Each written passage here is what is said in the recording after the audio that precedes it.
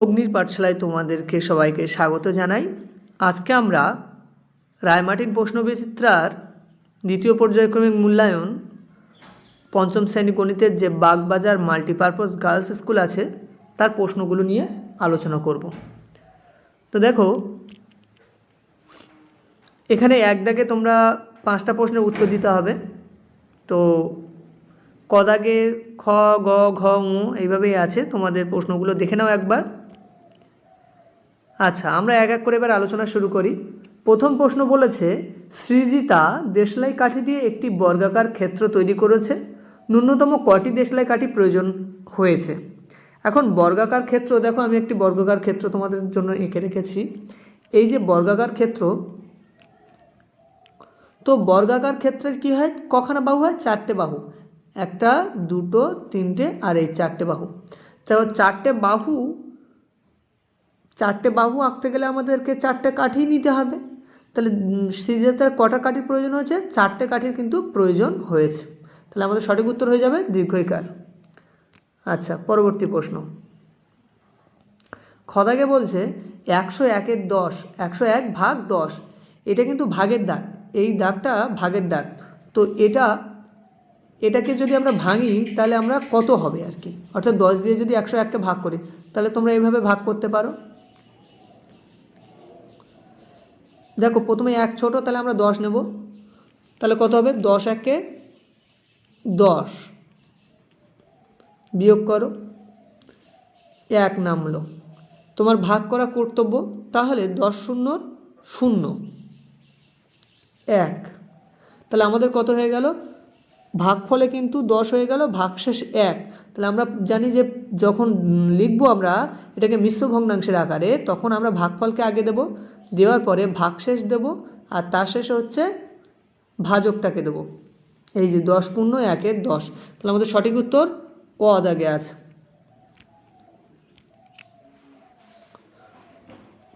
এরপরে আমাদের একটা ছোট্ট সরল, দেখো 2 বিয়োগ 1 যোগ 1, আমরা বদমাশের সূত্র অনুযায়ী জানি ভাগ গুণ যোগ বিয়োগ, কিন্তু এই সরলটাতে দেখবে তোমরা ওপরে রেখা বন্ধনী দেওয়া আছে। তো এই মাথায় দাগ দেওয়া মানে রেখা বন্ধনী। এটা যদি না থাকতো তাহলে আমরা এই 1 আর 2-এর কাজ আগে করতাম, কিন্তু রেখা বন্ধনী দেওয়া আছে তাই আমরা এই দুটোর কাজ আগে করব।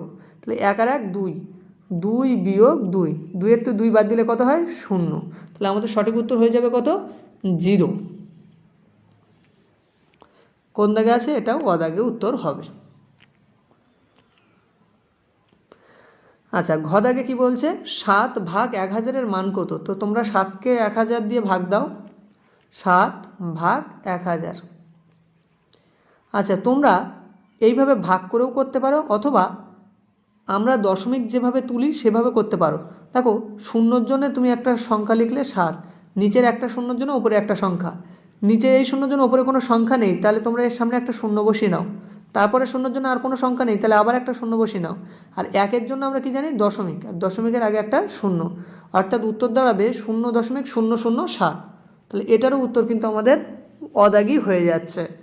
আর তোমরা এটা ছাড়া আরেকভাবে করতে পারো। দেখো, ভাগটা তোমরা এভাবে করতে পারো যে 7 দিয়ে 1000 দিয়ে 7কে ভাগ। তো তোমরা যদি এখানে ভাগটা করো,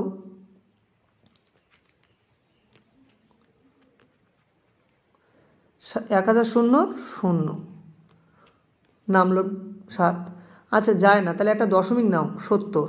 তারপরেও যায় না, 1000 0 0 7 70 নামলো। এবার দেখো, দশমিক নেওয়া আছে মানে আমার একটা করে শূন্য তুমি প্রতিবার নিতে পারবে। এবার হলো কত? 700, 1000 0 0, সেই বিয়োগ করলে হয়ে গেল 700। আচ্ছা, দশমিক নেওয়া আছে মানে এবার একটা শূন্য নিলাম। এবার দেখো, ভাজকের থেকে কিন্তু এবার আমাদের ভাজ্য বড় হয়েছে, তাহলে 7 1000 7000, এই হয়ে গেল আমাদের ভাগ, 0.007। আচ্ছা, পরবর্তী বলছে প্রদত্ত কোনটি সঠিক নয়। দেখো, সঠিক নয় বলেছে, তার মানে তোমাকে কিন্তু প্রত্যেকটা যাচাই করতে হবে। তো অদাগটা দেখে আমরা 0.5 গ্রেটার দেন 0.05, এই কথাটা কি সত্য কি সঠিক নয় আমরা দেখি। তাহলে এর দশমিক তোলো, দশমিক তুললে কত হয়, নিচে 1 আর দশমিকের পরে যে কটা শূন্য, যে কটা সংখ্যা সে কটা শূন্য, তাহলে 5-এর দশমিক পরে একটা 5 ছিল, একটা সংখ্যা, তাই একটা শূন্য বসালাম। আচ্ছা এপারে দেখো 0.05, দশমিক তোলো, দশমিক তুললে নিচে দশমিকের জন্য একটা 1 আর কটা সংখ্যা দশমিকের পরে, এই যে দশমিকের পরে দুটো সংখ্যা, তাহলে দুটো শূন্য, তাহলে মূল সংখ্যাটা দাঁড়ালো 5-এর 10 আর এপারে দাঁড়ালো 5-এর 100। আচ্ছা এবার কিন্তু ভগ্নাংশের বড় ছোট নির্ণয় করতে গেলে সবসময় মাথায় রাখবে তোমরা, হরকে একই করতে হবে বা লবকে একই করতে হবে। এখন লব আমাদের একই আছে, লব একই আছে, লব যদি একই হয় তাহলে নিচে যা ছোট সে বড়, নিচে যা ছোট সে বড়, তার মানে এটা কিন্তু এর থেকে বড়, তাহলে এটা ঠিক আছে, এটা ঠিক আছে। তারপর একটা দেখি আমরা দাগ দেখব, এটা কিন্তু ঠিক আছে, বলেছে সঠিক নয়, তার মানে আমার ভুলটা খুঁজতে হবে। 1.24 লেস দেন 0.42। দেখো এরও একইভাবে দশমিক তোলো, দশমিক তুললে দশমিকের জন্য একটা 1 আর দুটো শূন্য, এরও দশমিক তোলো, এই যে দশমিকের জন্য একটা 1 আর দশমিক পরে যে কটা সংখ্যা সে কটা শূন্য, দুটো সংখ্যা দুটো শূন্য লিখলাম। বেশ, তাহলে এখানে দাঁড়িয়ে গেল কত, 124-এর 100 আর ওপরে পরেরটা দাঁড়ালো 42-এর 100। দেখো হর যদি একই হয়, আমাদের হর 100 আছে না, হর যদি একই হয়, ওপরে যার ছোট সে ছোট, ওপরে যার বড় সে বড়, তো এখানে দেখো 42 ছোট, কিন্তু 42-এর দিকে কি দেওয়া আছে, হামুক দেওয়া আছে, অর্থাৎ এইটাই ভুল। কেন না 42-এর দিকে হামুক হওয়ার কথা নয়, তো গ্রেটার দ্যানটা 124-এর দিকে হওয়ার কথা ছিল, তাহলে এইটা কিন্তু ভুল আছে, আর আমাদের ভুলটাই বের করতে হবে, অর্থাৎ আমাদের সঠিক উত্তর কোনটা, এই দাগ, সঠিক উত্তর দাগ। তোমরা চাইলে আরগুলো দেখতে পারো।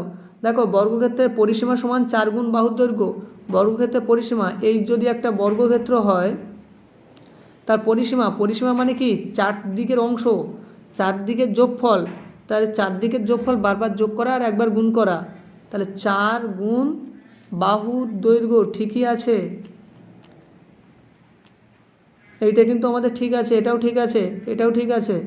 আচ্ছা তারপরে দেখো 3-এর 5 একটি প্রকৃত ভগ্নাংশ, আমরা জানি প্রকৃত ভগ্নাংশ কি, যখন হরের থেকে, এটা হর আমার আর এটা লব, যখন হর কি হয়, লবের থেকে বড় হয়, সেটাকে বলি প্রকৃত ভগ্নাংশ। তো ঠিকই আছে, হর 5 3-এর থেকে বড়, এটাও ঠিক আছে, তাহলে দেখলাম এটা ঠিক আছে, এটা ঠিক আছে, তাহলে সঠিক নয় কোনটা, এইটা ভুল আছে, অর্থাৎ আমার সঠিক উত্তর হয়ে যাবে এই প্রশ্নের জন্য দাগ।